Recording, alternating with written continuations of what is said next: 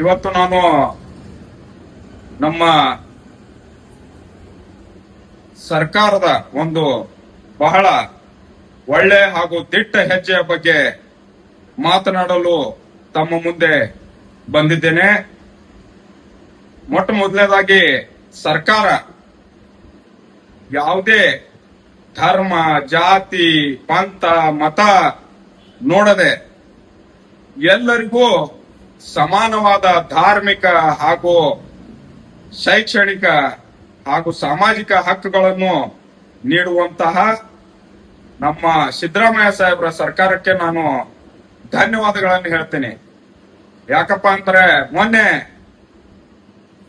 ನಮ್ಮ ಶಿಕ್ಷಣ ಸಚಿವರು ಮಧು ಬಂಗಾರಪ್ಪನವರು ಒಂದು ಪತ್ರಿಕಾಗೋಷ್ಠಿ ನಡೆಸಿ ಹಿಜಾಬ್ ಅನ್ನು ಮುಸ್ಲಿಂ ಹುಡುಗಿಯರು, ಮುಸ್ಲಿಂ ವಿದ್ಯಾರ್ಥಿನಿಯರು ಧರಿಸಲು ಅನುವು ಮಾಡಿಕೊಟ್ಟಿದ್ದಾರೆ. ಅದು ಕಾನೂನಾತ್ಮಕವಾಗಿ, ಸಂವಿಧಾನಾತ್ಮಕವಾಗಿ ಅವರಿಗೆ ಹಕ್ಕನ್ನು ನೀಡಿದ್ದಾರೆ. ಇದಕ್ಕೆ ನಾವು ಕರ್ನಾಟಕದ ಎಲ್ಲ ಮುಸ್ಲಿಮರ ಪರವಾಗಿ ಅವರಿಗೆ ಧನ್ಯವಾದಗಳನ್ನು ಹೇಳ್ತೀನಿ. ಇದು ಕೇವಲ ಮುಸ್ಲಿಮರ ಸಂಸ್ಕೃತಿ ಅಂತ ತಿಳಿಯುವುದು ತಪ್ಪು. ಯಾಕಂದ್ರೆ ಅನಾದಿ ಕಾಲದಿಂದ ನಮ್ಮ ರಾಜಸ್ಥಾನದ ಮಹಿಳೆಯರು ಆಚಲ್ ತನ್ನ ಶಿರವಸ್ತ್ರ ತಲೆ ಮೇಲೆ, ನಮ್ಮಲ್ಲಿ ಇಲ್ಲಿ ಪಾಪ ರಾಜಸ್ಥಾನಿ ಮಾರ್ವಾಡಿಗಳು, ರಾಜಸ್ಥಾನಿ ವ್ಯಾಪಾರಿಗಳ ಹೆಣ್ಮಕ್ಳು ಪೂರಾ ಮುಖವನ್ನು ಮುಚ್ಚಿಕೊಂಡು ಇನ್ನೂ ಆದ್ರೂ ಕೂಡ ಅವರು ಅದೇ ಪ್ರತೀತಿ, ಅದೇ ಸಂಸ್ಕೃತಿಯನ್ನು ಮಾಡ್ಕೊಂಡು ಹೊಂಟಿದ್ದಾರೆ. ಈಗ ಕೆಲವು ವರ್ಷದಿಂದ ಮಾಡರ್ನೈಸೇಷನ್ ನೆಪದಲ್ಲಿ ಅವ್ರಿಗೂ ಬೇಡ ಅನ್ನೋದಿಲ್ಲ, ಯಾರ ಸಂಸ್ಕೃತಿ ಹೆಂಗಿದೆ ಅವರು ನಡ್ಕೊಳ್ಬಹುದು. ಮುಸ್ಲಿಮರಲ್ಲಿ ಇದು ಹಿಜಾಬ್ ಪ್ರತೀತಿ ಅನಾದಿ ಕಾಲದಿಂದ ಬಂದಿದೆ. ಉತ್ತರ ಕರ್ನಾಟಕದಲ್ಲಿ ನಾವು ಕೂಡ ಶರಗವನ್ನು ತಲೆಯ ಮೇಲೆ ತಗೊಳ್ಳೋದು ಇದು ನಮ್ಮ ಮಹಿಳೆಯರ ಸಂಸ್ಕೃತಿ. ನೀವು ಹಿರಿಯರಿಗೆ ಕೇಳಬಹುದು, ಹಿರಿಯ ಅಜ್ಜಿಯವರು ನಮ್ಮ ಮನೆತನದಲ್ಲಿ ಹಿಂದೂ ಆಗ್ಲಿ ಮುಸ್ಲಿಂ ಆಗ್ಲಿ ತಲೆ ಹಾಕೋವ ಅಂತೇಳಿ ಹೇಳುವಂತದ್ದು ಅದು ಕಾಮನ್ ಆಗಿದೆ. ಅದನ್ನು ಕೂಡ ಇಲ್ಲಿ ನಾನು ನೆನಪಿಸಬೇಕಾಗ್ತದೆ. ಅದೇ ತರನಾಗಿ ನಮ್ಮ ಬಿಜಾಪುರ ನಗರ ಶಾಸಕ ಬಸನಗೌಡ ಯತ್ನಾಳರು ನಿನ್ನೆ ಒಂದು ಸ್ಟೇಟ್ಮೆಂಟ್ ಮೊನ್ನೆ ಕೊಟ್ಟಿದ್ದಾರೆ. ಕೇಸರಿ ಶಾಲ್ ಅನ್ನು ನಾನು ಹಂಚ್ತೇನೆ ಅಂತೇಳಿ. ಆಯ್ತ್ರಿ ಬಸನಗೌಡ್ರೆ, ನೀವು ಕೇಸರಿ ಶಾಲ್ ಅನ್ನು ಏನ್ ಹಂಚ್ತಿರಲ್ಲ ಅದನ್ನ ನೀವು ನಿಮ್ಮ ಸಂಗನ ಬಸವ ಇಂಟರ್ನ್ಯಾಷನಲ್ ಶಾಲಿ ಅಲ್ಲಿ ಮೊದಲು ಚಾಲು ಮಾಡ್ರಿ. ಕೇಸರಿ ಶಾಲ್ ಮಾಡ್ರಿ, ಕೇಸರಿ ಜುಬ್ಬಾ ಹಾಕಸ್ರಿ, ಕೇಸರಿ ನೀವು ಏನಂತೀರಿ ಅದಕ್ಕ ಪಾಟಿ ಚೀಲ ಕೊಡ್ರಿ, ಬ್ಯಾಗ್ಗಳು ಕೊಡ್ರಿ, ಪ್ರತಿಯೊಂದನ್ನು ನೀವು ಕೇಸರಿಮಯವಾಗಿ ನೀವು ಮಾಡ್ರಿ. ನಿಮ್ಮ ಸಾಲಿ ಕಲರ್ ಕೇಸರಿ ಮಾಡ್ರಿ.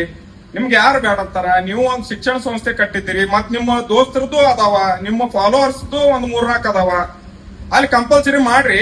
ಸರ್ಕಾರ ನಿಮ್ಮ JCB ಸರ್ಕಾರ ಯಾವಾಗ ಬರ್ತದಲ್ಲ ಅವಾಗ ಎಲ್ಲರಿಗೂ ಕೇಸರಿ ಮಾಡ್ರಿ ಅಂತ. ಅವಾಗ ನಾವು ನೋಡೋಣ, ಒಪ್ಕೊಳ್ಳೋಣಂತ. ನಿಮ್ದ ಸರ್ಕಾರಿ ಆದೇಶ ಬಂದ್ರೆ ನಾವು ಒಪ್ಕೋತೀವಿ. ಸರ್ಕಾರಕ್ಕೆ ಏನೋ ಆದೇಶ ಬರ್ಲಿ ಅದನ್ನ ಒಪ್ಕೊಂಡು ನಾವು ಮಾಡತ್ತೀವಿ.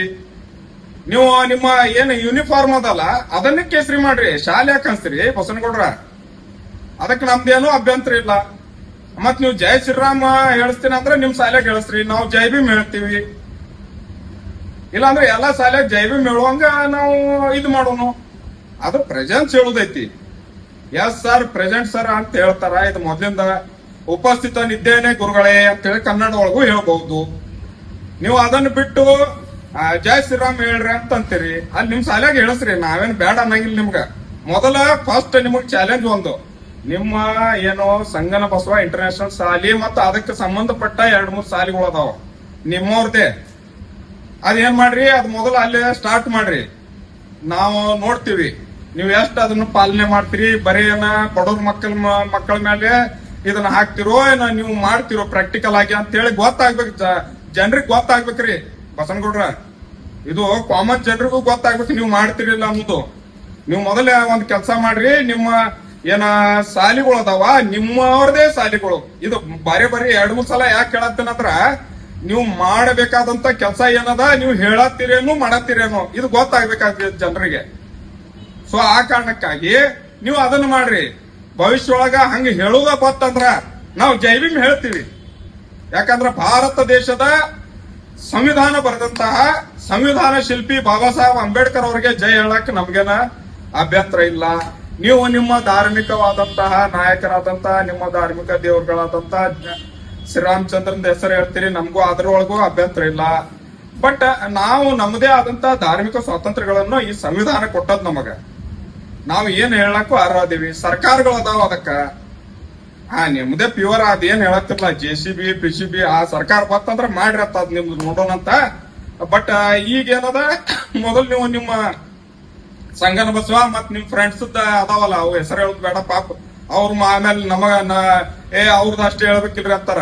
ಅವ್ರಿಗೂ ಹೇಳ್ರಿ, ಅವು ಮಾಡ್ಲಿ, ನೀವು ಮಾಡ್ರಿ. ಒಂದ್ ದೊಡ್ಡ 3-4 ಸಾಲಿ ಅದಾವ ನಿಮ್ ಕೈಯಾಗ. ಈಗ ಅವು ಸಾಲ್ಯಾಗ ಮಾಡಿಸ್ರಿ, ಇದು ಬರೋಬ್ಬರಿ ಆಗ್ತದ ಅಂತೇಳಿ ಈ ಸಂದರ್ಭದಲ್ಲಿ ಹೇಳಿ ನಿಮಗ ಮಾಡ್ತೀರ ಅಂತೇಳಿ ನಂಬೇನ್ ನಾನು.